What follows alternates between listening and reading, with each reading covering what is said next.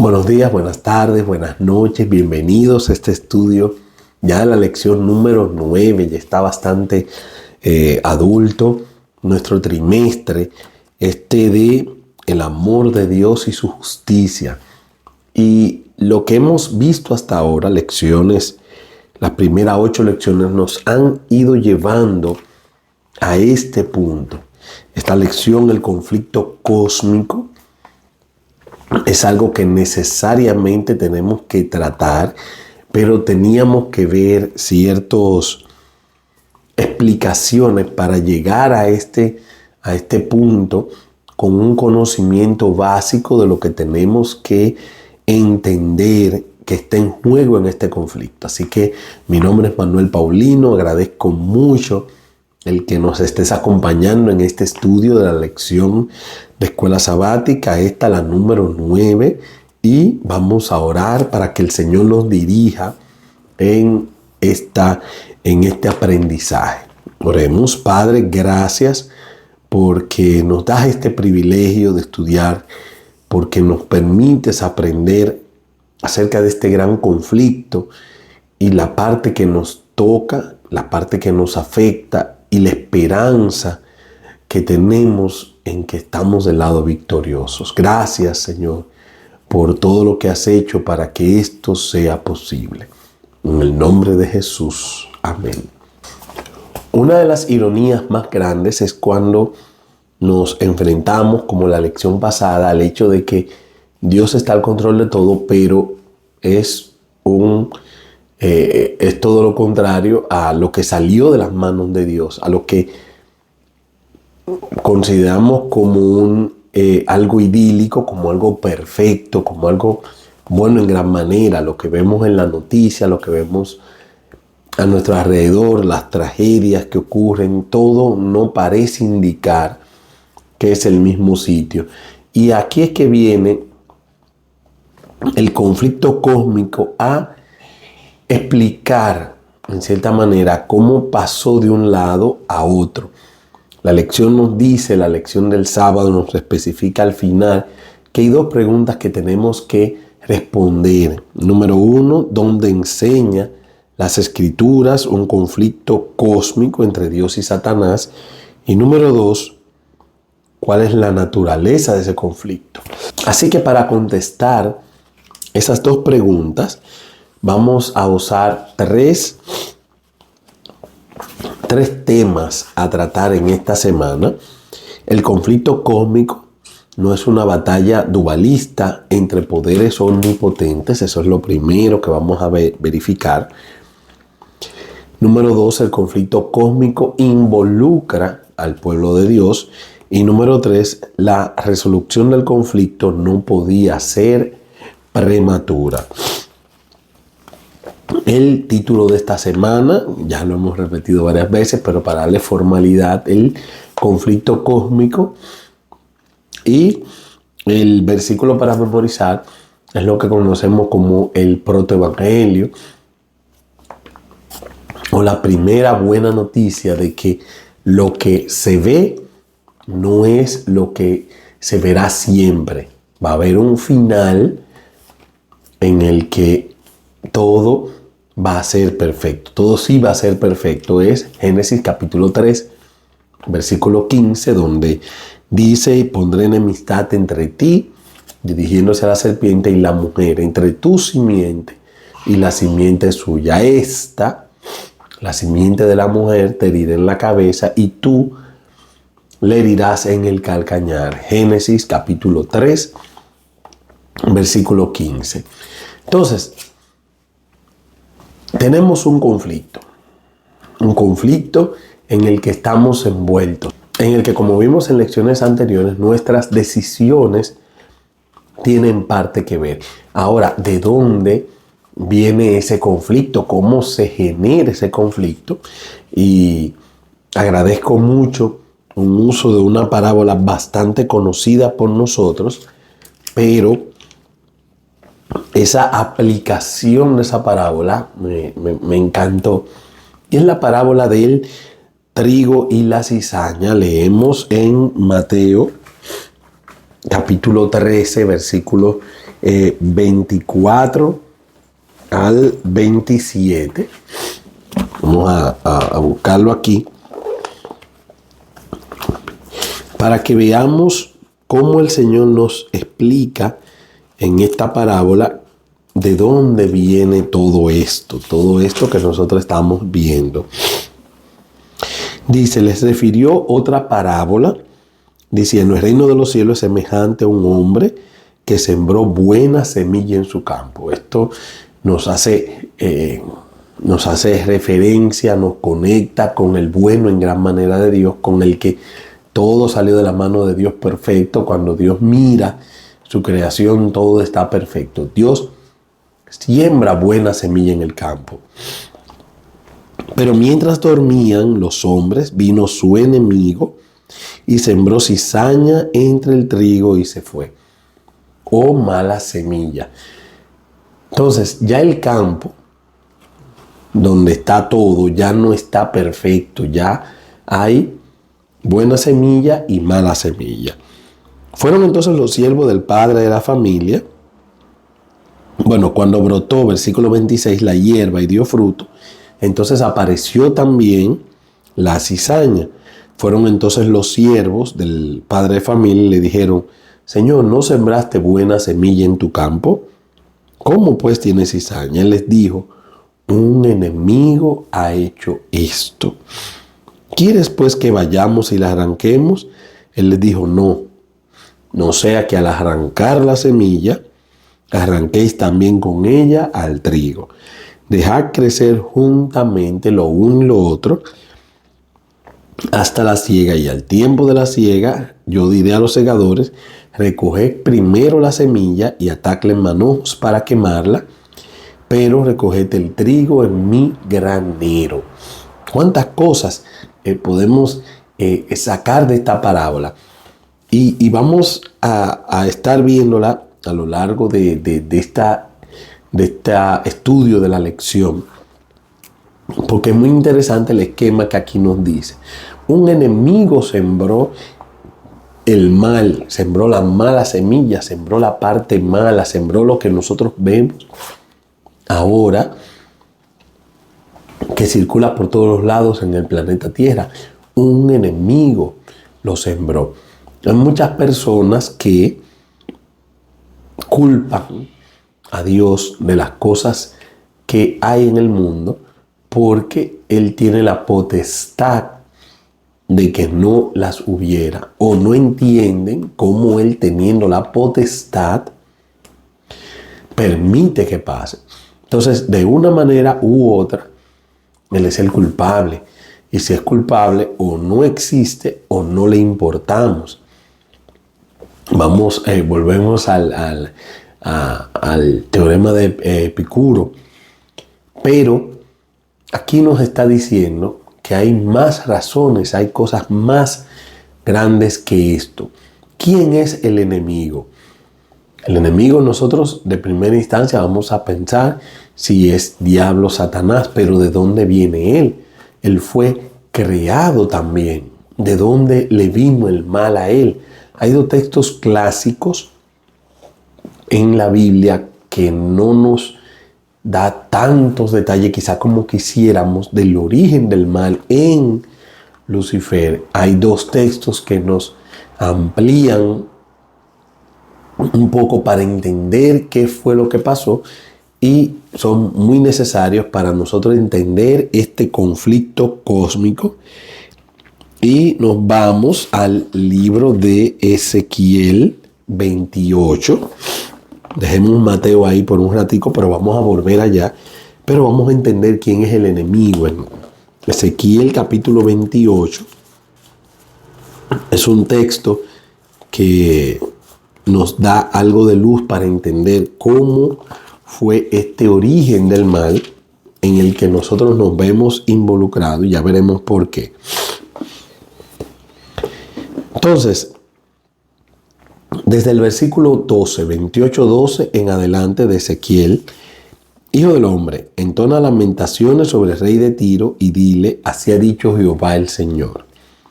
Tú eras el sello de la perfección, lleno de sabiduría y acabado de hermosura. En Edén, en el huerto de Dios, estuviste. De toda piedra preciosa era tu vestidura: cornerina, topacio, jaspe, crisólito, berilo y ónice. De zafiro, carbunclo, esmeralda y oro. Los primores de tus tamboriles y flautas fueron preparados para ti en el día de tu creación. Subraya esa palabra ahí. Tu querubín, grande protector, te puse en el monte santo de Dios. Allí estuviste y en medio de las piedras de fuego te paseabas. Perfecto eras en todos tus caminos desde el día en que fuiste creado hasta que se halló en ti maldad. Hasta el versículo 15. Aquí nos presenta un querubín que él comienza hablando acerca del rey de Tiro. Nos dice que se paseó en el huerto del Edén, no pudo ser el rey de Tiro, que fue perfecto en todo, no pudo ser rey de Tiro, que estaba su creación era con todas las piedras preciosas y que era un querubín grande protector. Entonces, comienza a referirse al rey de Tiro, pero sigue refiriéndose a quien está detrás del rey de Tiro, quien domina al rey de Tiro, y esto nos da una vislumbre de quién era Satanás. Satanás en ese momento todavía no Satanás, sino Lucifer. Lucifer era la creación más excelsa de Dios, la creación perfecta de Dios. Era acabado de hermosura, todo él era lo más grande que Dios, que fue creado por Dios. Entonces, él era perfecto. Hay personas que dicen que Dios creó a Satanás. No, Dios no creó a Satanás, Dios creó a Lucifer. Pero me dices que Lucifer es Satanás. Sí, obvio, pero entra lo que vimos la semana pasada acerca del libre albedrío, de las decisiones. Él decidió convertirse en Satanás, no que Dios lo creó. Y vamos a ver por qué en Isaías, que nos completa esta visión del enemigo antes de la creación, porque ya en la creación ya había un enemigo, ya existía el mal en el universo. Isaías 14, 12. Vamos a ver aquí lo que nos dice para que lo completemos con el libro de Ezequiel. ¿Cómo caíste del cielo, lucero, hijo de la mañana? Derribado fuiste a tierra, tú que debilitabas las naciones. Vamos a esto. Tú que decías en tu corazón, subiré al cielo, en lo alto junto a las estrellas de Dios, levantaré mi trono y en el monte del testimonio me sentaré en los extremos del norte. Sobre las alturas de las nubes subiré y seré semejante al Altísimo. Aquí vemos que un ser creado, lo más excelso, pero creado, quiere ser como Dios, quiere poner su trono en el monte santo de Dios, quiere ser igual a Dios. No es que lo es. Y aquí se va una de las cosas que queríamos tratar, de que no es una batalla dualista entre poderes omnipotentes. Por ejemplo, ustedes han visto el símbolo del yin yang, donde presenta algo igual en blanco y en negro. No es una batalla de poderes iguales. Dios pudo resolver, esta es una de las cosas que vamos a ver más adelante, pero Dios pudo resolver como lo creó, así mismo destruirlo en el pleno instante. No es una batalla de poderes iguales. Dios es el Dios omnipotente que puede todo, que no tiene límite en su poder Y Satanás, Lucifer, vuelto Satanás, es un ser creado. Él está vivo y está ejerciendo dominio y poder porque se le ha permitido. Y aquí nos vamos de nuevo a la parábola del trigo y la cizaña. Ya sabemos quién es el enemigo, ya sabemos por qué el enemigo es el enemigo. El enemigo es el enemigo porque quiere ser igual a Dios, porque quiere usurpar el honor, la adoración, y subraya adoración, la adoración que pertenece solo a Dios como el creador de todo. Él quiere recibir esa adoración. Entonces, ya que tenemos identificado al enemigo, podemos ver por qué el enemigo está vivo, por qué no es una pelea dualista, por qué los poderes no salen, pero aún está vivo. Vamos a ver. Mateo capítulo 13, versículo 29 nos dice, Él les dijo, no sea que al arrancar la cizaña, arranquéis también con ella el trigo. Dejad crecer juntamente lo uno y lo otro hasta la siega. Y al tiempo de la siega yo diré a los segadores, recoged primero la cizaña y atadla en manojos para quemarla, pero recoged el trigo en mi granero. Miren lo que dice acá en el Conflicto de los Siglos, página 489. Aun cuando quedó resuelto que Satanás no podría permanecer por más tiempo en el cielo, vemos allí en Apocalipsis capítulo 12, nos habla de un conflicto, nos habla de que fue echado, en la cita que leímos de Isaías, nos dice, echado fuiste por tierra. La sabiduría infinita no lo destruyó, en vista de que solo un servicio por amor puede ser aceptable a Dios. Desde el principio hemos especificado que Dios quiere que las personas le sirvan o que sus criaturas le sirvan por amor, no por temor, no porque no tengan otra opción, sino que tiene que ser por amor. Solamente un servicio amoroso es acepto por Dios y solo es eso lo que Él quiere que nosotros le demos, por amor. Por eso para Dios es tan importante la intención con la que nosotros hacemos las cosas, no solamente lo que nosotros hacemos. Aquí nos dice, la sumisión de sus criaturas debe proceder de una convicción de su justicia y benevolencia. Los habitantes del cielo y los demás mundos, no estando preparados para comprender la naturaleza ni las consecuencias del pecado, no podrían haber reconocido la justicia y misericordia de Dios en la destrucción de Satanás. De haber sido aniquilado inmediatamente, ellos habrían servido a Dios por miedo más que por amor. La influencia del seductor no habría quedado destruida del todo. El espíritu de rebelión no se habría extirpado por completo. Para bien del universo entero, a través de las edades sin fin, era preciso dejar que el mal llegase a su madurez y que Satanás desarrollase más completamente sus principios, a fin de que todos los seres creados reconociesen el verdadero cargo del carácter que arrojara Él contra el gobierno divino, y a fin de que quedaran para siempre incontrovertibles la justicia y la misericordia de Dios, así como el carácter inmutable de su ley.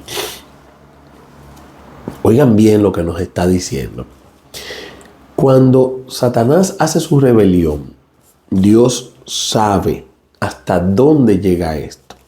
Dios sabe todo lo que implica lo que Satanás está insinuando, lo que Satanás está diciendo. Pero claro, como engañador que es, engañador, la lectura nos especifica que es un engañador desde el principio.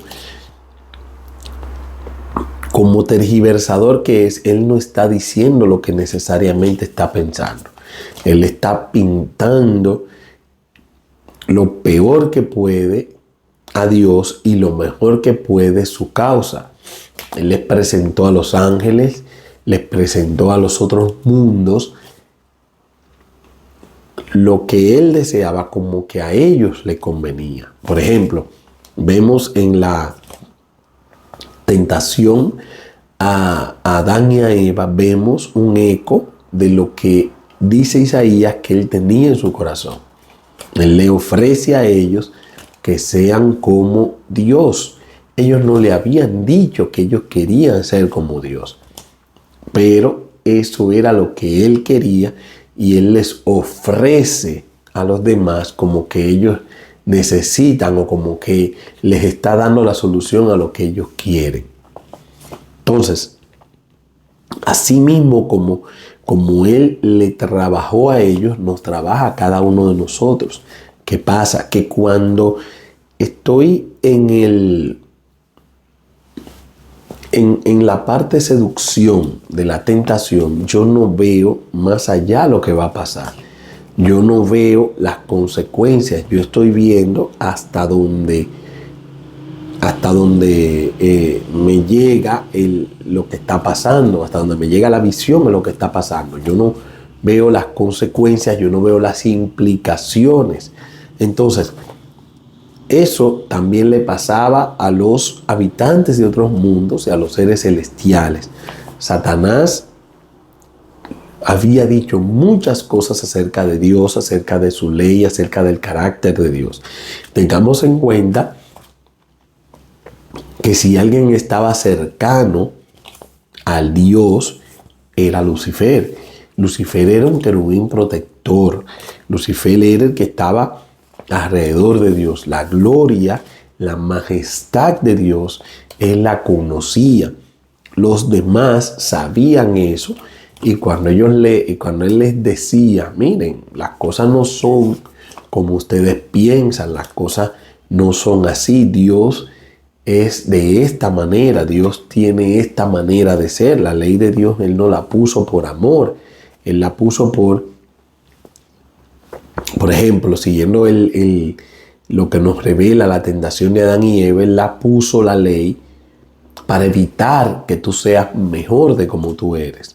Adán y Eva eran perfectos, pero él les dice eso y ellos le creen y es la misma tentación que nos pone a nosotros. Para que sea mejor, Dios te pone esa ley porque tiene miedo de tu potencial, tiene miedo de que crezcas, tiene miedo de que llegues a un punto de rivalizar con Él y de no necesitarlo. Entonces, cuando los seres humanos se encuentran con eso y el que le está diciendo eso es eliminado, me voy a quedar con ¿qué? Me voy a quedar con la duda. Ah, pero es verdad, lo callaron porque me está diciendo la verdad. Lo callaron porque tienes razón. Entonces, de ser culpable, lo vuelvo un mártir. De ser el originador del mal, lo vuelvo el primer sacrificio de una causa. Entonces, a pesar de que Dios, la sabiduría infinita, sabía el camino que iba a recorrerse, las demás personas que están viendo y están decidiendo si es por miedo o por amor que voy a servir a Dios, entonces se iban a quedar con la duda. Y para evitar esa duda, entonces yo tengo que dejar que ese seductor que elige las palabras adecuadas, que elige el momento adecuado, que te pinta ese universo idílico donde tú tienes la razón y donde tú explotarás según tu mayor potencial, entonces dejar que desarrolle su plan. Entonces, ¿por qué lo desarrolla aquí en la Tierra? Porque aquí en el planeta Tierra, como vemos en Génesis 3, fue que le dimos cabida a que Él viniera y desarrollara su plan. como aquí ejercimos nuestro libre albedrío como Él, en la persona de nuestros primeros padres, entonces ya que está aquí, entonces tenemos que dejarlo para que se desarrolle. Entonces los otros mundos están viendo, están comparando lo que Él mostró de cómo sería el mundo con la rebelión de Él, cómo sería esta zona de guerra y cómo son los otros mundos en donde reina y se llevan de la parte de amor de Dios. Ese conflicto es, a final de cuentas, a quien le creo.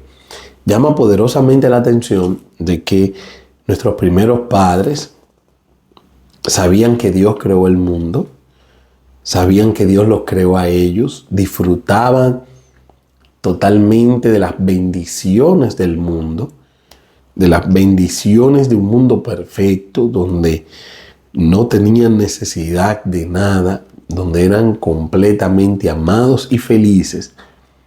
Y aún así, eligieron creerle a alguien que no conocieron. Por un lado tenían todo lo que Dios les había dado, incluso la vida, y por otro lado tenían a alguien que venía con ideas, pero que nunca les había dado nada, que nunca habían tenido algo que ver con ellos, con su felicidad, con su vida, y decidieron creerle al seductor. Se dejaron seducir por las palabras. Esto nos involucró a nosotros en el conflicto. Esto nos puso y dividió el mundo en dos. La simiente de la mujer, como nos dice el versículo de la memoria, y la simiente de la serpiente. Nos puso dos. ¿Por qué? Porque este gran conflicto, que en esta lección hemos visto cómo surge este gran conflicto, desde dónde viene, cómo nos involucra a nosotros. Apocalipsis capítulo 12 también nos da alguna luz más acerca de esto, de que Él vino a atacar la simiente de la mujer acá en la tierra para, ya que no pudo evitar que Jesús hiciera su parte en el plan de salvación, entonces Él viene a atacar la simiente de la mujer. Pero también nosotros tenemos asegurado que estamos en el lado ganador. ¿Qué nos explica el conflicto acerca de cómo nos sentimos muchas veces? Estamos en una zona de guerra. Y en esta parte final de este estudio, de la lección número 9, tenemos que estar conscientes de eso. Muchas veces nosotros como cristianos, como parte de la simiente de la mujer, no actuamos con la conciencia de que estamos en una zona de guerra. ¿Cómo debemos actuar viviendo en una zona de guerra? Veamos cualquier guerra y veamos cómo actúan las personas. Las personas actúan con cautela, las personas actúan con previsión, las personas tienen una comunicación constante con su cuartel general para saber las instrucciones de dónde estar, de qué hacer, de qué no hacer. Y las personas siempre están velando y orando para no caer presa de las artimañas del enemigo. Nosotros estamos en una guerra y a veces se nos olvida que estamos en medio de una guerra. A veces estamos tan relajados en la guerra que hasta nos dirigimos hacia el enemigo y como que en vez de estar resguardado detrás de nuestras murallas y seguridad, vamos como acercándonos a ver qué tanto podemos confraternizar con el enemigo. Y es uno de los peligros y los riesgos que tenemos al olvidarnos que estamos en medio de una guerra. Así que quiera Dios que este estudio acerca del gran conflicto nos permita tomar en cuenta de qué lado estamos, de por qué pasan estas cosas en nuestro planeta y de que un día esto va a finalizar. Gracias por habernos acompañado en este estudio de la lección número 9 de Escuela Sabática, el gran conflicto. Te esperamos el sábado que viene, la lección número 10, las reglas del conflicto. Así que Dios te bendiga desde acá, desde Búnker Divino. Un abrazo, gracias por acompañarnos. Bendiciones.